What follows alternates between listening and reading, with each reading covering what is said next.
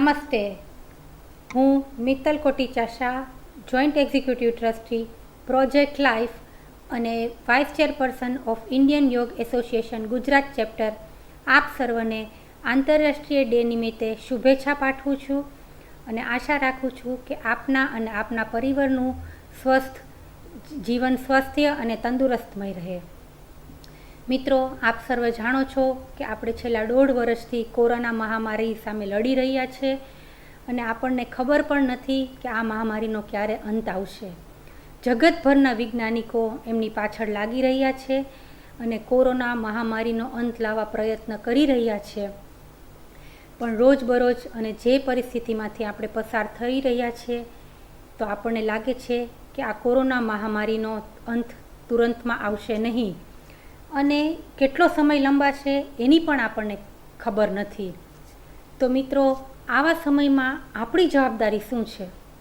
આપણે અને આપણો પરિવાર સ્વસ્થ અને નિરોગી જીવન જીવે અને ટેન્શન ફ્રી રહે, સ્ટ્રેસ મુક્ત રહે, એ આપણી જવાબદારી છે.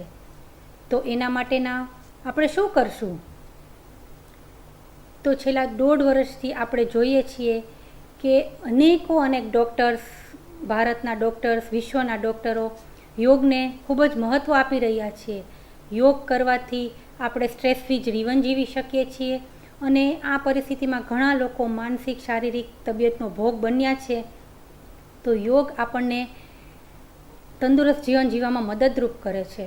આપણા ઋષિમુનિઓ અને બધાએ આ યોગને ખૂબ જ ઇમ્પોર્ટન્સ આપ્યું છે, એનું ખૂબ જ મહત્ત્વ બતાવ્યું છે. તો આવા સંજોગોમાં યોગ આપણને એક શ્રેષ્ઠ જીવન જીવવા માટે થઈને અવશ્યપણે મદદરૂપ થશે. યોગ આપણા સર્વની ઇમ્યુનિટી વધારે છે અને આપણને એક વિશ્વાસપૂર્વક એક જીવનમાં આગળ આવવા માટે થઈને એક તક પૂરી પાડે છે. જેમ યોગનું મહત્ત્વ છે એવી જ રીતે આપણા ડૉક્ટર્સે મેડિટેશન, ધ્યાનનું પણ મહત્ત્વ આપ્યું છે અને ધ્યાન ધરવાથી પણ ખૂબ જ માનસિક અને શારીરિક શાંતિ થાય છે અને અનેક આપણને લાભ થાય છે. યોગથી અનેક રોગોનું નિવારણ થાય છે અને એક કહેવત છે કે યોગ ભગાડે રોગ. તો યોગથી અનેક રોગોનું નિવારણ પણ થાય છે. જો યોગને આપણા જીવનમાં આપણે શરૂઆતથી જ અપનાવીએ તો આવતા સમયમાં મોટા રોગો અને મોટી મહામારીઓથી આપણે બચી શકાય છે. અને આપ સર્વેએ જોયું છે કે જેના જીવનમાં યોગ કાર્યરત હતું ને જેઓ લોકો કાયમી ધોરણે યોગ કરતા હતા એમને આ મહામારીથી ઘણા સક્ષમ બન્યા છે અને મહામારીનો બહુ સારી રીતે એ લોકોએ સામનો કર્યો છે. તો આજના આ આંતરરાષ્ટ્રીય યોગ દિવસ નિમિત્તે હું આપ સર્વને આપના મંગલમય જીવનની કામના કરું છું અને આપ સર્વ નિયમિત યોગ કરો એવી હું શુભેચ્છા પાઠવું છું. જો મિત્રો, નિરામય રહેશે પરિવાર તો યોગમય બનશે ગુજરાત. તો આવો આપણે સૌ સાથે મળી અને આ યોગનો સંદેશો નહીં ગુજરાતમાં, ભારતમાં પણ વિશ્વમાં ફેલાવીએ અને આપણા ગુજરાતને યોગ ક્ષેત્રે ખૂબ જ આગળ લાવીએ. તો મારી આ વાર્તાને વિરામ આપું છું. નમસ્તે, જય હિન્દ, જય ભારત. હવે હું રાજીવ કુમાર મિશ્રા, જે પ્રોજેક્ટ લાઈફ સાથે 18 વર્ષથી જોડાયેલા છે અને 25 વર્ષથી એમને જે યોગનો અનુભવ છે એ આપણને પ્રેક્ષાધ્યાન વિશે ઊંડાણપૂર્વક માહિતી આપશે. सभी को मेरा नमस्कार. अंतर्राष्ट्रीय योग दिवस के इस अवसर पर इंडियन योग एसोसिएशन गुजरात चैप्टर द्वारा आयोजित इस वर्चुअल कार्यक्रम में मैं आप सभी का हार्दिक स्वागत करता हूं. मुझे आचार्य तुलसी की एक पंक्ति याद आ रही है. उन्होंने कहा, सुधरे व्यक्ति समाज व्यक्ति से राष्ट्र स्वयं सुधरेगा. हमें राष्ट्र समाज को सुधारने की बजाय एक एक व्यक्ति को परिवर्तित करना है. आज जिस तरह से समाज में हिंसा, क्रूरता, नशा, पारिवारिक क्लेश बढ़ता जा रहा है, इसमें हमें अवश्य चिंतन करना चाहिए कि हमें व्यक्ति के मानस को किस प्रकार से परिवर्तित करना है. व्यक्ति का हृदय परिवर्तन, मनस परिवर्तन और विचार परिवर्तन बहुत ही आवश्यक है। जब तक व्यक्ति का विचार परिवर्तन नहीं करेंगे तब तक उसमें कोई भी सुधार हम नहीं देख सकते। प्रेक्षा ध्यान के द्वारा हम व्यक्ति के भीतर एक परिवर्तन ला सकते हैं और उस परिवर्तन के माध्यम से उसके भीतर जो रूपांतरण होगा वो एक आदर्श व्यक्ति के रूप में समाज में स्थापित होगा। हमें एक अच्छे नागरिक की तरह समाज, राष्ट्र की सेवा करनी है और इससे भी हमारा बड़ा दायित्व है कि हमें परिवार के एक एक सदस्यों को सुखाकारी पूर्वक रखना है। प्रेक्षा ध्यान का अभ्यास हमारे भीतर इसी परिवर्तन को लाता है। भाव के अंदर हम परिवर्तन लाएं, इसमें ध्यान की बहुत बड़ी भूमिका है। तो हम पहले प्रेक्षा ध्यान के बारे में थोड़ा समझने का प्रयत्न करते हैं। प्रेक्षा ध्यान इक्ष धातु से बना है, प्र प्लस इक्ष अर्थात प्रेक्षा। प्रेक्षा का मतलब होता है देखना या जानना। अब प्रश्न उठता है किसको देखना।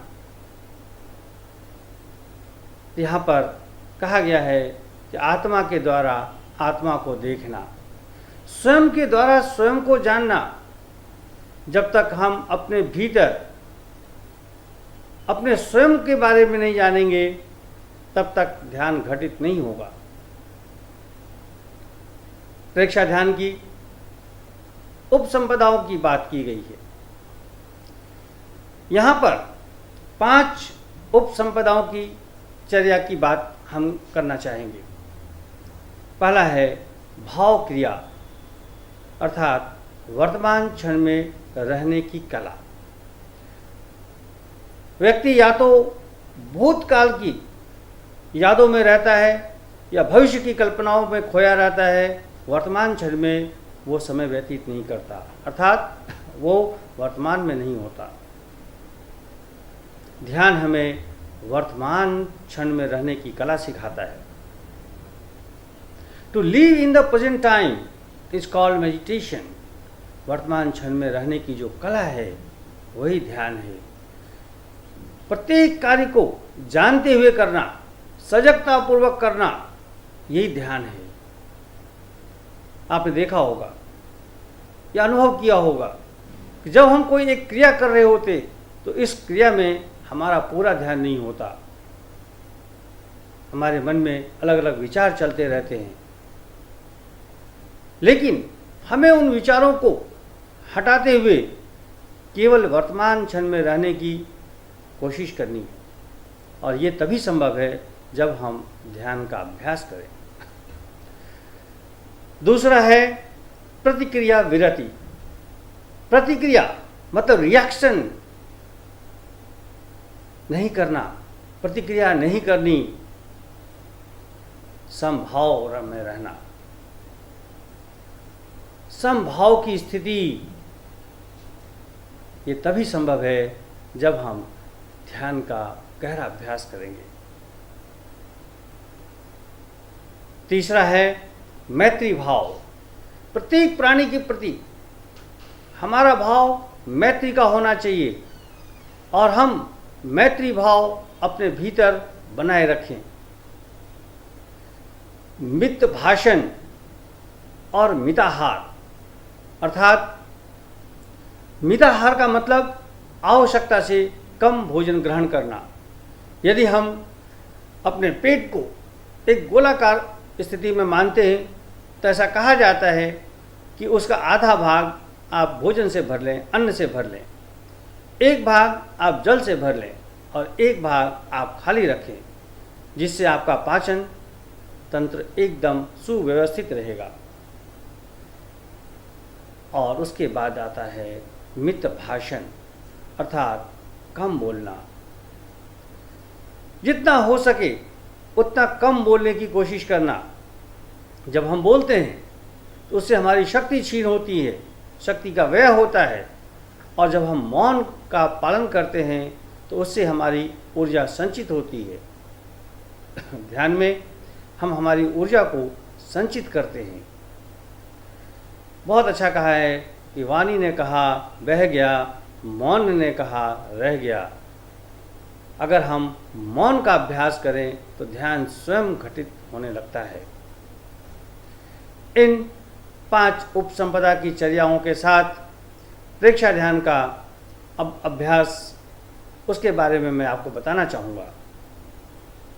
प्रेक्षा ध्यान जो आचार्य महाप्रज्ञ की देन है, एक बहुत ही सरल विधि है। कोई भी व्यक्ति इस ध्यान के अभ्यास को कर सकता है। जैसा कि मैंने आपको बताया कि ध्यान वर्तमान क्षण में रहने की अवस्था है। पहली बात कि हमें हमारे विचारों पर नियंत्रण लाने के लिए ध्यान का अभ्यास करना है, और ध्यान के अभ्यास से एक ऐसी अवस्था का निर्माण होता है जिसे हम निर्विचार अवस्था कहते हैं। एक ऐसी अवस्था जहाँ कोई विचार नहीं। उस स्थिति तक पहुँचने के लिए हमें लंबे ध्यान के अभ्यास की आवश्यकता रहती है। ध्यान के इस अभ्यास में सबसे पहले जरूरी है कि आपके बैठने का तरीका, बॉडी पोस्चर। यहाँ पर मैं आपको बताना चाहूँगा कि जैसी मुद्रा, मुद्रा का अर्थ पोस्चर, जैसी मुद्रा वैसा भाव, जैसा भाव वैसा श्राव, और जैसा श्राव वैसा स्वभाव, और जैसा स्वभाव वैसा हमारा व्यवहार। अर्थात आपकी मुद्रा से आपके व्यवहार परिलक्षित होते हैं। तो हम सबसे पहले ध्यान के लिए किसी भी एक आरामदायक मुद्रा का चयन करें, जिसमें पद्मासन, अर्ध पद्मासन, वज्रासन, सुखासन, जिसमें आप लंबे समय तक बिना शरीर को हिलाए डुलाए बैठे रह सकते हैं, ऐसी किसी एक मुद्रा का चयन करें। उसके पश्चात आँखों की स्थिति क्या होनी चाहिए? जब हम ध्यान करते हैं तो हमारी आँखों की स्थिति बंद होनी चाहिए, वो भी बहुत ही कोमलता के साथ। आँखों पर ज़्यादा दबाव या जोर नहीं डालना है। और यहाँ पर मैं कहना चाहूँगा कि आँखों को बंद नहीं करना, बल्कि बंद होने देना है। आँखों को बहुत ही हल्के से बंद कर लेना है। उसके बाद हाथों की स्थिति या तो ज्ञान मुद्रा, this is posture of knowledge, या ब्रह्म मुद्रा, जिसे हम कह सकते हैं वीतराग मुद्रा, किसी एक हाथ की स्थिति का आप चयन करें। ध्यान की अवस्था में बहुत आवश्यक है कि आपके रीढ़ की हड्डी और गर्दन वो एकदम सीधी रहे।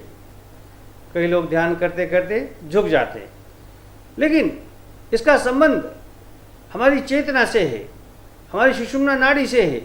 इसलिए ध्यान की स्थिति में हमें एकदम सीधे बैठना है। जहाँ तक हो सके आपकी करोड़रज्जु और गर्दन एकदम सीधी होनी चाहिए। अब हम ध्यान का अभ्यास शुरू करेंगे, तो किसी भी एक आरामदायक आप स्थिति में बैठ जाएं। आंखों को सहजता से बंद करें। हाथों की मुद्रा ज्ञान मुद्रा या ब्रह्म मुद्रा में किसी एक अवस्था में रखें। हाथों को घुटनों पर, अगर ज्ञान मुद्रा है तो आपके अंगूठे और तर्जनी को मिलाएं, तीनों उंगलियों को सीधा रखें और दोनों हाथों को घुटनों पर रखें।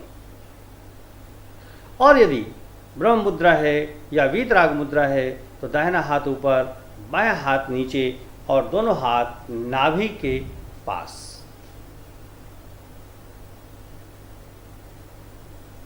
अब आप पहला अभ्यास करेंगे जिसे हम कायोत्सर्ग कहते हैं। कायोत्सर्ग अर्थात काया का उत्सर्ग करना। यहाँ काया का उत्सर्ग का मतलब काया के प्रति अर्थात शरीर के प्रति जो राग है, द्वेष है, हमारा ममत्व है, उसको छोड़ना। तो सबसे पहले आप थोड़ी देर के लिए कायगुप्ती का अभ्यास कीजिए। कायगुप्ती अर्थात शरीर को बिना हिलाए डुलाए एक ही अवस्था में बनाए रखें।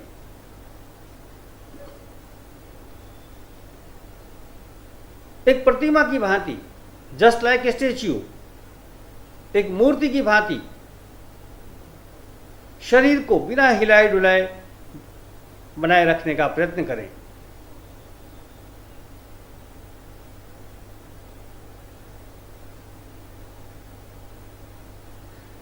अब आप बंद आंखों से अपने दाहिने पैर के अंगूठे से लेकर मस्तिष्क तक क्रमशः प्रत्येक अवयव पर अपनी चेतना को ले जाएं। प्रत्येक अवयव के प्रति सजग बने। अनुभव करें दाहिने पैर के अंगूठे से लेकर मस्तिष्क तक का पूरा भाग शिथिल होता जा रहा है, रिलैक्स होता जा रहा है।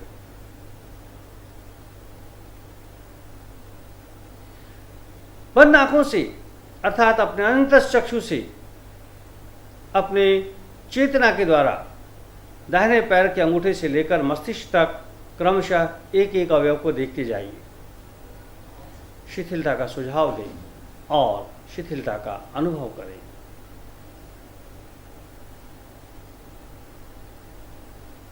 अब ये अवस्था पूरे ध्यान काल तक आपकी बनी रहे।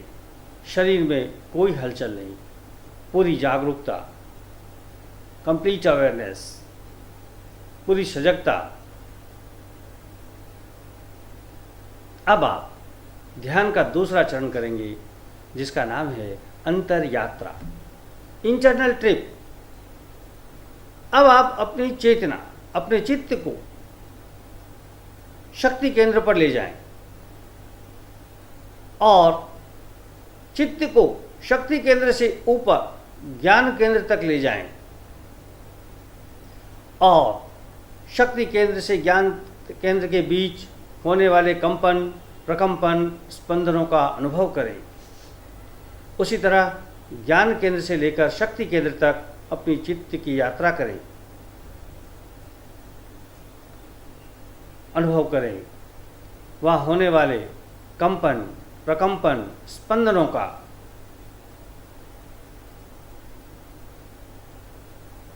अपनी अंतर्दृष्टि को जागृत करने के लिए अंतर यात्रा का अभ्यास बहुत ही मदद रूप है, बहुत ही लाभकारी है।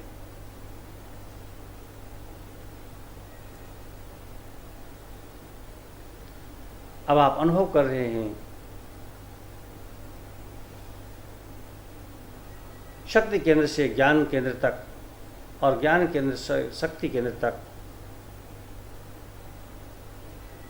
होने वाले कंपन, प्रकंपन, स्पंदनों को बस अनुभव करते जाइए पूरी जागरूकता के साथ।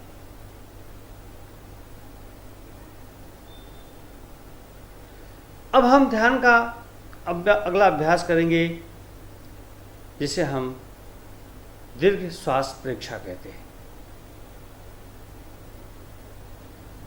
अब आप अपनी चेतना को श्वास प्रश्वास की गति पर केंद्रित कीजिए। आते जाते प्रत्येक श्वास के प्रति सजग बनिए। धीरे धीरे लंबा गहरा श्वास लीजिए और छोड़िए।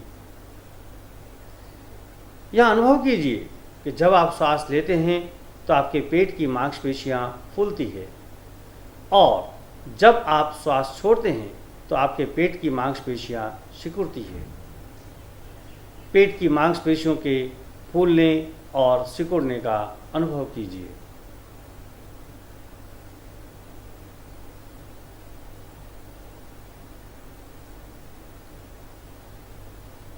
पूरा ध्यान आपका श्वास के ऊपर केंद्रित बनाए रखिए।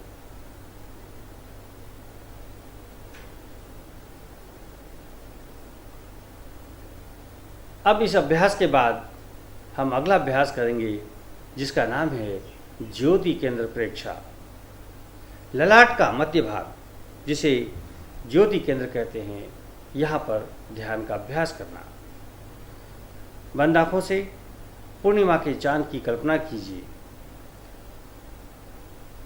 अपनी पूरी चेतना आप पूर्णिमा के चांद को देखने में लगा दीजिए।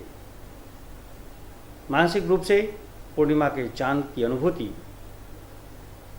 अनुभव कीजिए कि पूर्णिमा के चांद की श्वेत किरणें, श्वेत रश्मियाँ आपके ललाट के मध्य भाग पर पड़ रही है।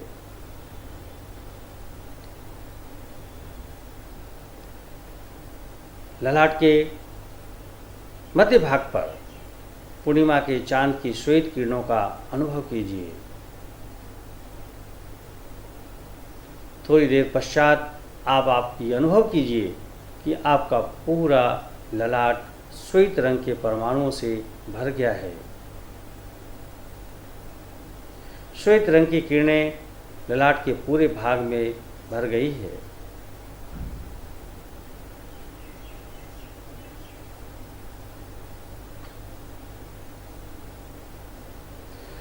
मानसिक रूप से अनुभव करें कि आवेग और आवेश शांत हो रहे हैं, क्रोध शांत हो रहा है, वासनाएं शांत हो रही हैं।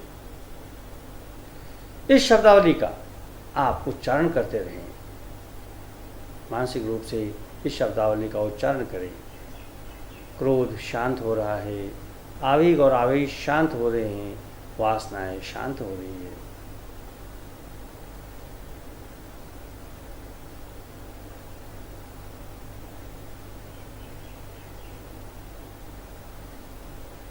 अब आप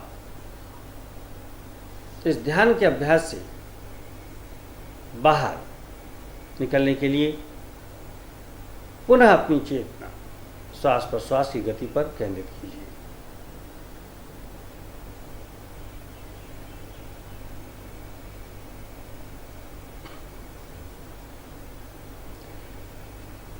अपना सच में से जा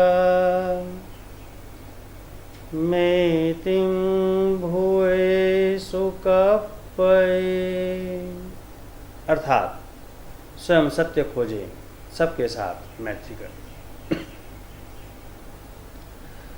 आहं सुविजा चरणं पमोक्षम, अर्थात दुख मुक्ति के लिए विद्या और आचार का अनुशीलन करें।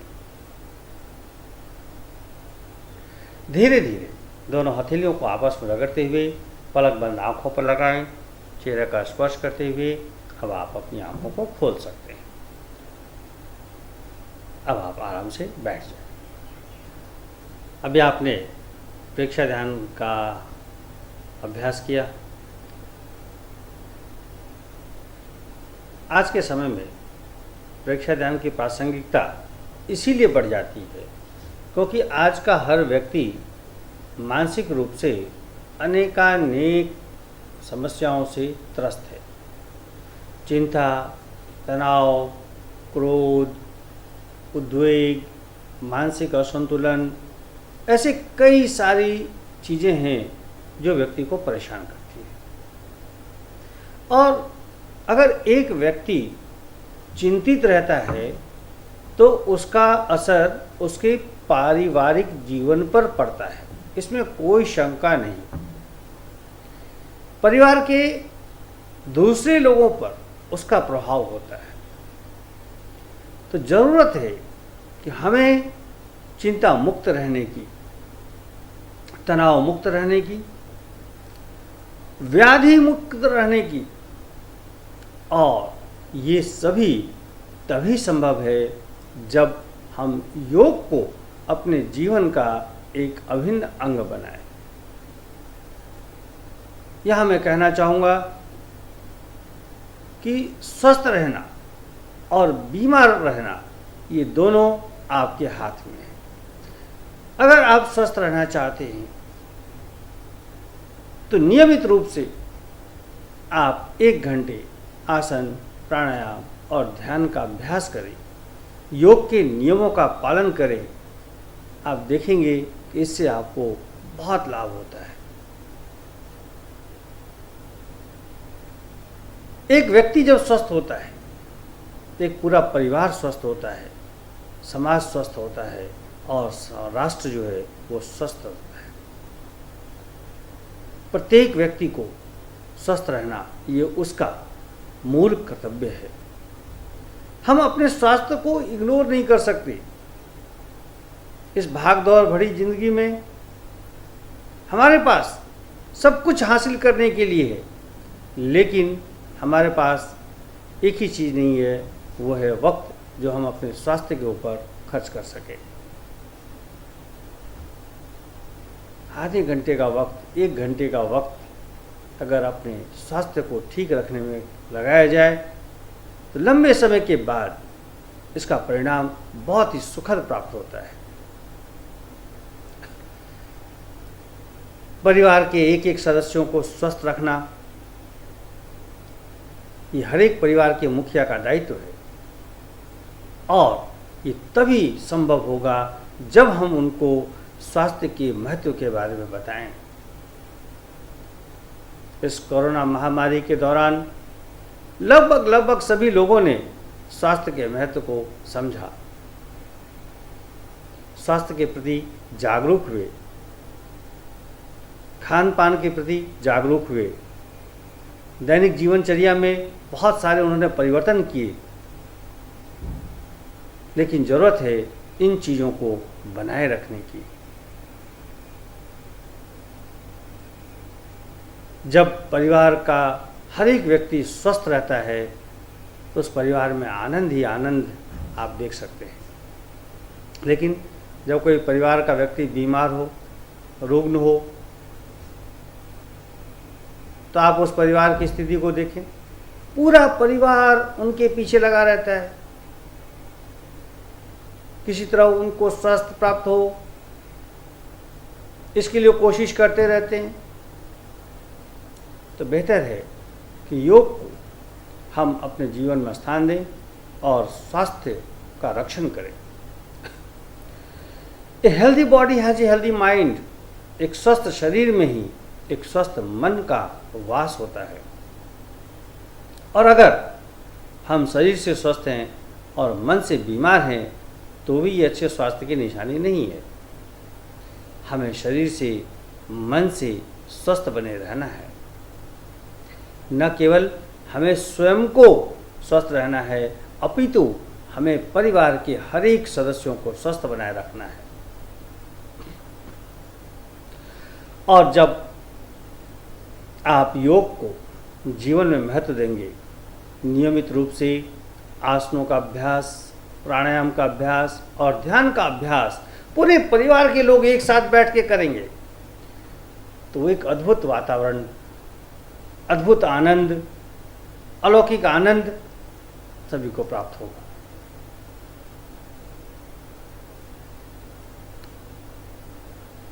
योग से न केवल शारीरिक स्वास्थ्य अपितु मानसिक स्वास्थ्य और भावनात्मक स्वास्थ्य भी प्राप्त किया जा सकता है। योग से आध्यात्मिक उन्नति, हमारा स्पिरिचुअल डेवलपमेंट होता है। और सबसे बड़ी बात कि जब आप योग को जीवन में महत्व देते हैं तो हमारे शरीर के एक एक अंग सुचारू रूप से कार्य करते हैं।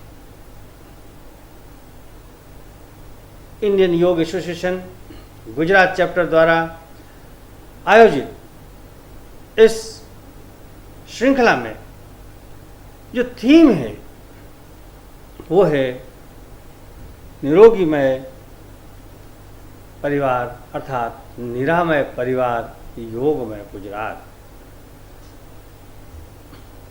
हमें एक एक परिवार को निरामय बनाना है, स्वस्थ बनाना है और पूरे गुजरात को योगमय करना है।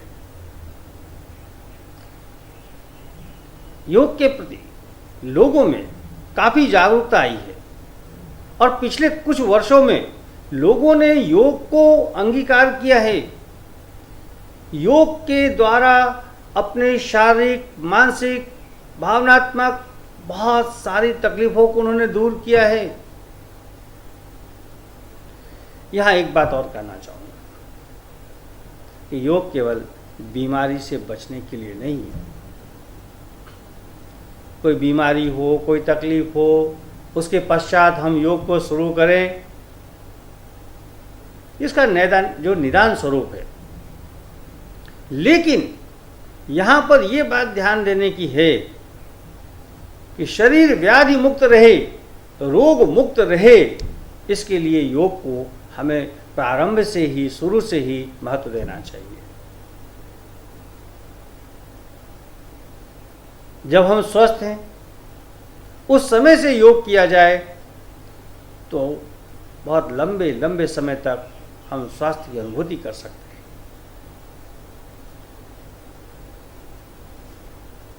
स्वास्थ्य का रक्षण स्वयं का, परिवार का, ये हम सभी का दायित्व है।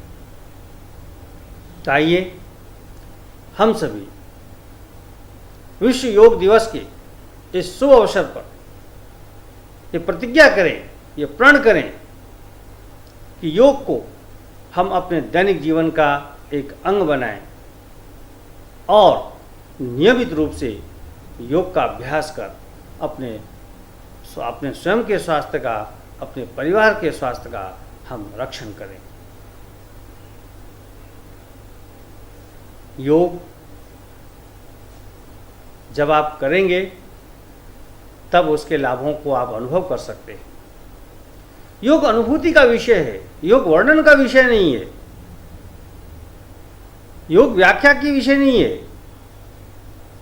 योग को आप अनुभव कर सकते हैं और वो अनुभूति तभी संभव है जब आप योग के इस सागर में डुबकी लगाएंगे। मैं आशा रखता हूं कि विश्व योग दिवस के इस सुअवसर पर आप योग को अपने जीवन में अंगीकार अवश्य करेंगे। मैं इंडियन योग एसोसिएशन गुजरात चैप्टर द्वारा किए जा रहे कार्यों की अनुशंसा करता हूं और जिस तरह उन्होंने पूरे गुजरात को योगमय बनाने का संकल्प लिया है और उसके लिए ये प्रयत्न कर रहे हैं, वो प्रशंसनीय है। आइए आप सभी इंडियन योग एसोसिएशन गुजरात चैप्टर के साथ जुड़िए और पूरे गुजरात को योग में बनाने का ये जो भगीरथ कार्य है उसमें सहभागी बनिए। इसी के साथ मैं मेरी बात पूरी करता हूँ।